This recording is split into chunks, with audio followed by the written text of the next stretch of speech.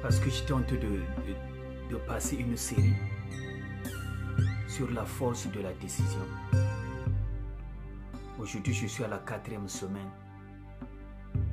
Mais je voulais faire une vidéo, la dernière concernant les avantages de la décision. Mais j'ai fait une éruption parce que je suis tellement frappé par ces images que nos frères noirs sont en train d'être traités comme des objets. Alors, j'ai pris un crayon et puis un papier, j'ai commencé à écrire.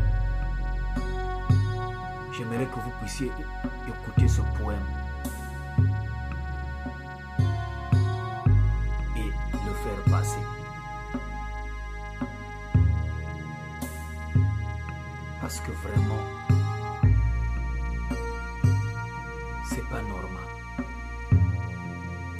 Nous, on croit que nos frères du Maghreb, ce sont nos frères. Mais en réalité, ce ne sont pas nos frères.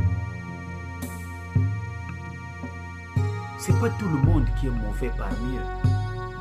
Mais nombreux, ils ont une culture d'esclavage chez eux. Ça fait peut-être partie de leur culture. Mais est-ce que vraiment nous allons continuer comme ça? Jusqu'à quand? Jusqu'à quand? Cette souffrance de la race noire, jusqu'à quand?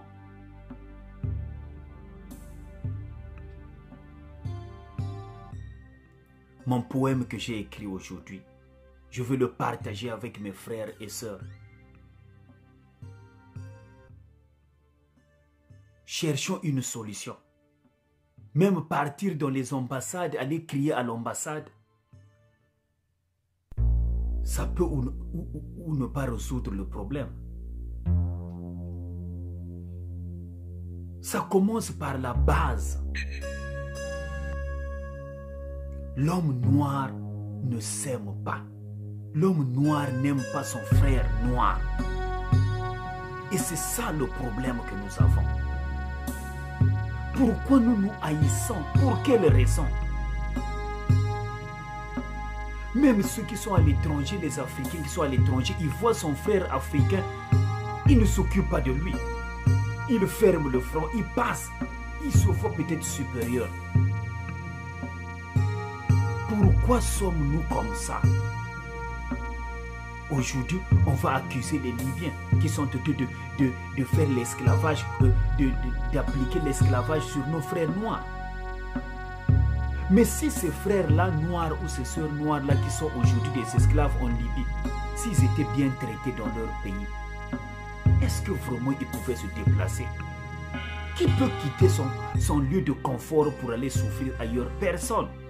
Cela veut dire qu'on se déplace pour aller chercher une place meilleure, quelque part où la vie sera meilleure.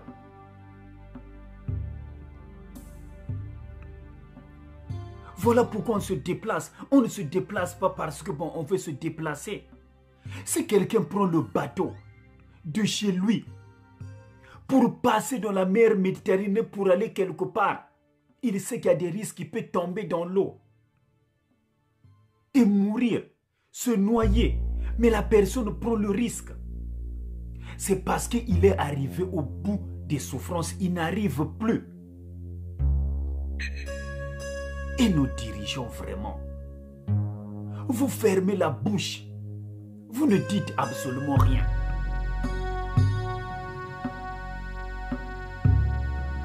Vous nous traitez mal. D'abord, dans nos propres pays, on ne peut même pas bénéficier des richesses, de nos propres richesses que nous avons. Vous nous poussez à sortir, à quitter le pays. Et certainement qu'aujourd'hui, les enfants des riches sont en train de se moquer de nous, les pauvres. Vous êtes en train de vous moquer de nous. Ah, ce sont les enfants des pauvres qui vont là-bas. Ce sont les enfants des pauvres qui vont s'aventurer. Tous les trucs comme ça. Nous, on prend l'avion. Mais sache que toi, noir, là, l'enfant même du riche, l'enfant même du président, qui ont en train de regarder ça, ça n'arrive qu'aux autres. Mais si on t'attrapait là-bas en Libye, tant que tu es noir, non, tu devrais être un esclave aussi, sans que tu le saches. Tu devrais être un esclave. Donc même si là où tu es en train de regarder, ça n'arrive qu'aux autres. Ça n'arrive qu'aux autres. Le jour que ça t'arrivera, c'est là où tu rendras compte. Moi, je vais te donner un témoignage d'une femme indienne. Les Indiens qui étaient partis coloniser les Tanzaniens. Moi, je l'ai rencontré à Calgary. Elle m'a dit, que vraiment, moi, je ne savais pas que l'esclavage était aussi dur que ça. Moi, je me rappelle quand on était en Tanzanie, les femmes tanzaniennes qui venaient travailler chez nous, on les maltraitait. Tantôt même, elle a balayé la maison. Nous, on arrive quand on était des petites, on vient, on jette comment on appelle, on jette le sable. On jette le sable sur le plancher. On veut dire que non, mais écoute, tu n'as pas bien balayé la maison. Et puis on la frappe, on le dit pour qu'elle parle. On la frappe, elle vient encore le balayer. On fait la même chose et puis on riait avec mes soeurs. Les Indiens, ils ont fait ce genre de choses en Tanzanie. Mais cette femme indienne que j'ai rencontrée à Calgary, elle m'a dit que vraiment, je n'avais jamais travaillé de ma vie. Parce que mon père avait trop d'esclaves, pas trop d'esclaves, mais des enfants de travail chez lui. Moi, je n'avais jamais touché rien. Tout ce que je faisais, c'est brosser mes dents. Même laver, on me lavait. Jusqu'à ce que je sois arrivé grande, avant que je puisse commencer à me laver moi-même. Je n'avais jamais rien fait, ni balayer la maison, ni faire la cuisine. Mais quand je suis arrivé au Canada, le système me dit qu'il faut travailler. J'ai commencé à travailler.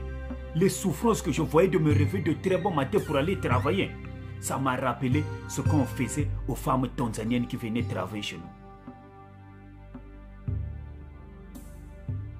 L'esclavage, ça ne frappe pas seulement les pauvres. L'esclavage, ça frappe tout le monde. Et l'esclavage est d'abord spirituel. Il n'est pas d'abord physique. Et tout homme sur la terre est esclave de quelque chose. Les gens que vous voyez qui sont esclaves aujourd'hui, non, ils sont esclaves physiques. Mais nous avons beaucoup d'esclaves spirituels parmi nous.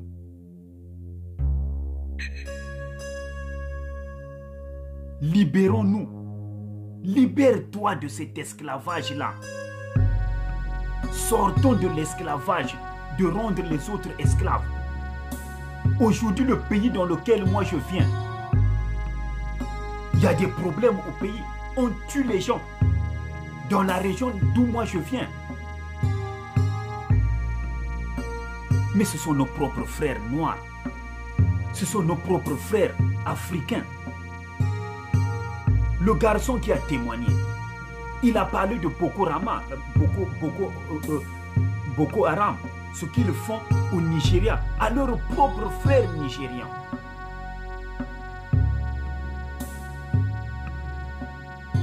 Ce qu'ils sont en train de faire en Libye, il y a des Noirs qui sont à l'intérieur.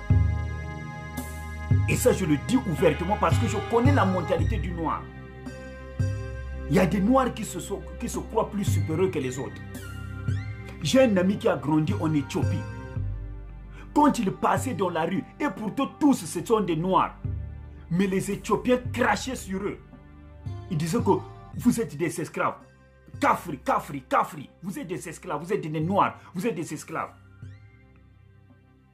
On jetait la salive sur eux. Quel est le problème de l'homme noir? Quel est ton problème, toi l'homme noir? Quel est ton problème?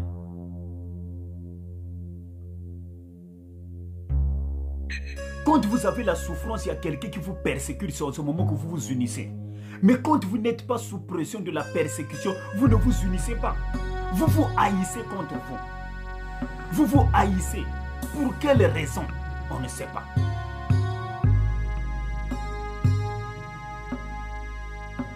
Réponds-toi. Change ton comportement. Aujourd'hui, nous allons réagir. Aux États-Unis, on a réagi. Les esclaves ont réagi.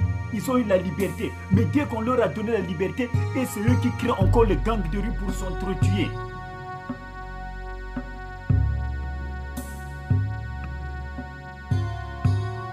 Le blanc peut te dire aujourd'hui d'aller tuer un autre noir. Moi, le blanc peut me dire, écoute, tue ton propre frère noir. Si je ne veux pas de ça, est-ce que je veux le faire? Je ne veux pas le faire. Chaque fois, on a l'habitude d'accuser les blancs. Oh non, les blancs ont fait ceci. Les blancs amènent la colonisation. Mais la chose, le malheur, c'est nous-mêmes. On ne veut pas s'unir. Quand tu regardes l'autre, tu as la colère. Quand tu vois que l'autre est en train d'évoluer, tu as la jalousie à l'intérieur. Tu ne veux pas qu'il puisse évoluer. C'est ça le malheur de l'homme noir. Notre péché est un péché noir, incrédule, qu'on ne peut même pas essuyer, qu'on ne peut même pas effacer devant Dieu. Et c'est ce qui fait que depuis des siècles, on souffre. Là où toi tu es logé, toi homme africain, là où tu es logé, sous ton sol, il y a des richesses. Il y a des richesses sous ton sol. Qu'est-ce que tu fais de ces richesses-là? Tu gardes ces richesses. Et l'homme qui quitte l'extérieur, c'est cet homme-là qui vient encore pour venir exploiter tes richesses. Aujourd'hui, ce sont les Libyens qui sont tentés de nous vendre. Demain, ça sera peut-être un autre pays. Quitter la mentalité d'esclavage. Quand l'Africain quitte l'Afrique, il se dit que non, moi je quitte l'Afrique, tout ce que je veux faire, c'est aller faire les petits boulots en Europe parce que je veux gagner ma vie. Non, ça c'est l'idée de l'esclavage. Quitte cette mentalité d'esclavage là. Tu n'es pas un moins qu'à rien. Tu y es comme les autres êtres humains. Il n'y a pas de différence. S'il a le sang rouge, tu as le sang rouge. S'il va aux toilettes, toi aussi tu vas aux toilettes. S'il pisse, toi aussi tu pisses. S'il peut mettre au monde, il peut engrosser une femme, toi aussi tu peux mettre au monde. Vous tous, vous êtes pareils. Il ne faut jamais avoir peur du blanc. Il ne faut jamais avoir peur d'un arabe parce qu'il a la couleur blanche, parce qu'il a la couleur claire. Non. Et aujourd'hui, c'est cette mentalité-là qui nous fait fuir le pays. C'est cette mentalité-là qui nous pousse à haïr nos frères. Même ici où nous sommes en Amérique. Un noir, s'il est ami avec les blancs, il commence à négliger les autres noirs. Moi, j'ai un comme ça à mon travail. J'ai déjà eu des gens comme ça. Comme il est ami avec les blancs, il néglige les autres noirs. Et je suis sûr, c'est ce qui se passe en Libye. Il y a des noirs qui sont en train de trahir les autres. Et ces noirs-là qui sont en train de trahir les autres, c'est eux qui sont en train de faire souffrir les autres noirs là-bas. Quel est ton péché, toi, homme noir? Quel est ton péché? Jusqu'à quand tu vas te réveiller quand? On prie, ça ne change pas. Vous faites les guerres, ça ne change pas. Vous tuez les autres, ça ne change pas. Vous vous haïssez, ça ne change pas. Vous mettez beaucoup au monde, ça ne change pas. Vous vous faites esclave ailleurs, ça ne change pas. Vous travaillez, vous allez faire des boulots par-ci, par-là. Ça ne change pas. Pourquoi? Parce que vous avez la haine à l'intérieur de vous. C'est la haine. Toute personne qui haït son frère ou sa soeur attire la malédiction. Ton problème, toi, mon frère noir et ma soeur noire, c'est que tu haïs ton prochain. Tu hais ton prochain. Tu n'aimes pas ton frère noir. Tu n'aimes pas ta soeur noire. Et aujourd'hui, moi, je suis comme je disais tantôt. Il y a des gens qui se réjouissent. Qui se réjouissent. Ah bon, mais ça fait quoi? Ils regardent d'abord le visage. Ah bon, ça peut être peut-être des Ivoiriens. Ça peut être des Nigériens. Bon, les Congolais ne sont pas là-bas. Et ils restent calmes. L'Afrique du Sud. Toute l'Afrique a combattu pour l'Afrique du Sud. Moi, je me rappelle, on a donné même des habits. Allez donner des habits pour les enfants d'Afrique du Sud. Quand on était à l'école, on a donné des habits aux enfants d'Afrique du Sud.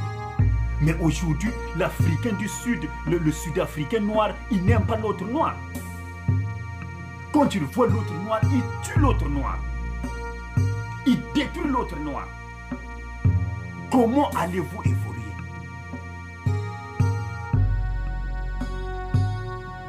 Comment allez-vous évoluer? On tape un Congolais chez lui. Le Libanais a plus de liberté au Congo qu'un Congolais. Le Libanais frappe une Congolaise, frappe un Congolais. Le Congolais reste calme.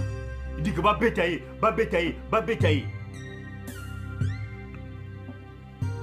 Vous vous haïssez vous-même. Et c'est ce qui fait qu'aujourd'hui, les autres peuvent nous haïr facilement. Quand vous êtes dans une maison, si toi tu montres que non, tu n'aimes pas ton frère, qu'est-ce que la personne de l'extérieur va faire? Il va le haïr. Et comme il est la personne de l'extérieur, il va le haïr plus que toi-même, la personne de la maison. Pourquoi? Parce que tu l'as exposé dehors. Nous exposons nos frères et sœurs dehors. Voilà pourquoi les gens du dehors profitent de nous. Jusqu'à quand? Jusqu'à quand allez-vous rester comme ça, des hypocrites? Jusqu'à quand nous les Noirs, nous allons rester hypocrites? Jusqu'à quand? Dites-moi d'abord, jusqu'à quand? Est-ce que ça va continuer comme ça? Depuis des siècles, 4 siècles ou 5 siècles déjà. C'est vrai que nos frères ont vendu nos frères. Moi, je l'ai toujours dit. Même quand les gens réclament, ils disent, moi je dis c'est vrai. Pourquoi? Ma mère me disait toujours, même quand j'étais petit, elle me disait qu'au moment où on vendait les gens comme toi, on devrait te vendre. Cela veut dire que nos parents africains ont vendu nos parents qui sont aux Amériques. Et ça, c'est vrai. Et on continue à faire la même chose dans la trahison. Aujourd'hui, les Noirs américains, les musiciens noirs américains, ils ont des esclaves prostituées noirs chez eux. Il n'y a pas longtemps, R. Kelly, que vous connaissez là, vous chantez des chansons R. Kelly. R. Kelly a été jugé il n'y a pas longtemps parce qu'il gardait les esclaves sexuels chez lui. Et la majorité de ces esclaves sexuels qu'il gardait, c'est des filles noires.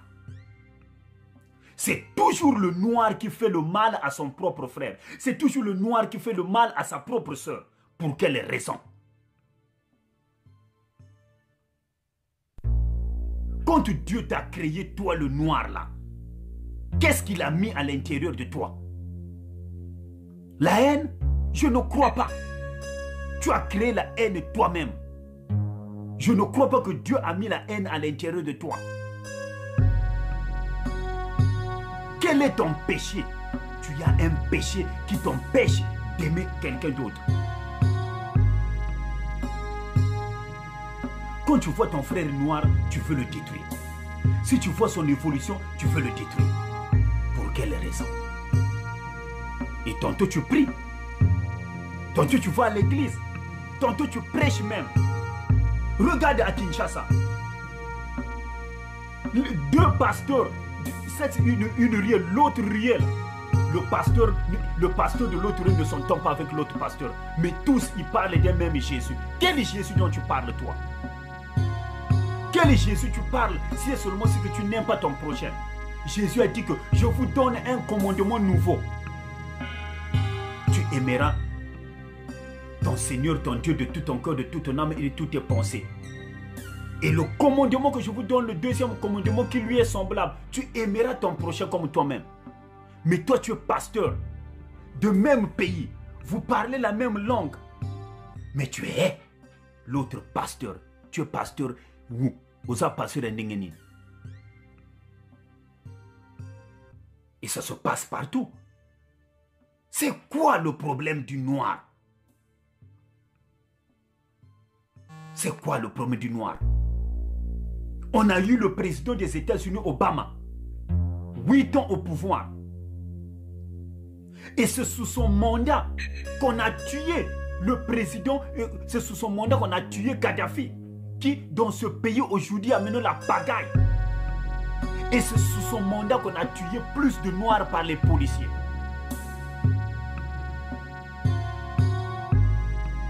Quand il est passé en 2008, les gens étaient contents. On a eu un président noir. Les gens croyaient que les choses vont changer, mais les choses partaient seulement en s'empirant.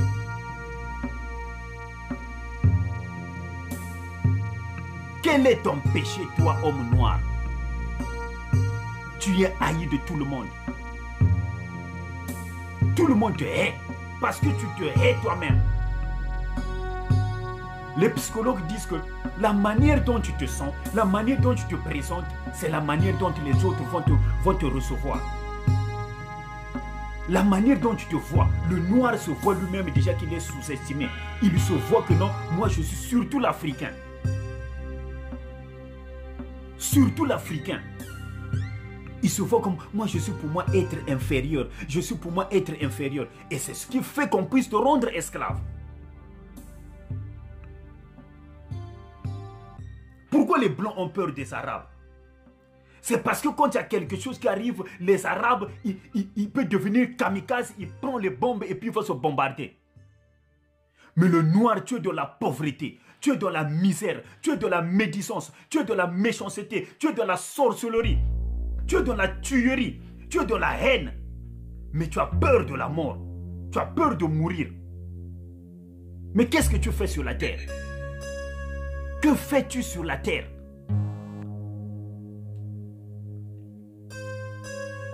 Être esclave des autres? Arrêtons ça. Je suis tellement indigné pour l'esclavage qui se passe en Russie. J'ai prié, j'ai pleuré pour ça. Qu'est-ce qui se passe au XXIe siècle? Et la faute, c'est à toi-même. Homme noir. Maintenant, je vais te lire le poème que je viens d'écrire aujourd'hui. J'ai écrit un poème concernant la race noire. J'ai écrit un poème concernant l'homme noir. Je te le lis.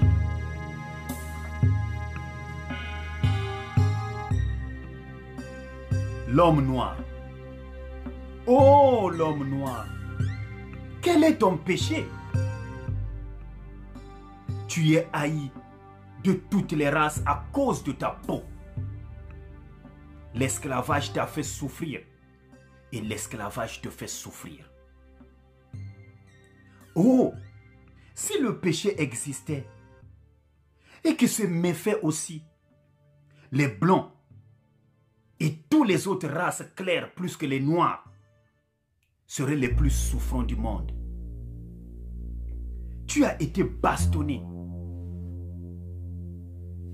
tué, comparé à du bétail. Quel est ton péché? Quel est ton péché, homme noir? Il y a 5 races. Et parmi ces races, tu es le plus haï. Regarde tous les dieux, tous les anges, tous les archanges, tout ce qui représente la face divine au monde à la couleur blanche. Et tout ce qui est mauvais. Satan, la force du mal est noire. Les ténèbres sont noires. Dis-nous, Dieu créateur, de toutes choses, si nous ne sommes pas dignes de ta création, l'Afrique, mère de la race noire,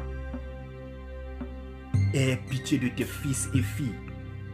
Ils ne sont pas encore réveillés. Le blanc a créé. Mais pourquoi pas nous? Oh, quel est ton péché, homme noir? Ta mère, l'Afrique, possède beaucoup de richesses. Tu as été colonisé à cause des richesses de ta propre mère. Tu es le berceau de l'humanité. Partout où tu passes, tu es haï à cause de ta peau. Quel est ton péché? Regarde les autres, hommes noirs. Ils sont développés, ils sont loin par rapport à toi. Oh Dieu, as-tu vraiment créé le noir par ta volonté? Oh être suprême, ne sommes-nous pas dignes de ta lumière? Tout ce qui est lumière est blanc. Et nous, nous sommes noirs. Pourquoi cette peau? Pourquoi? Que signifie-t-elle? La misère? La souffrance? La haine? Oh noir, quel est ton péché? Oui, quel est ton péché? Voilà le poème que j'ai écrit aujourd'hui. Parce que j'étais tellement frappé par ce qui se passe en Libye. J'ai vu mes frères qui sont assis par centaines, milliers, comme des troupeaux qu'on amène pour aller les abattre.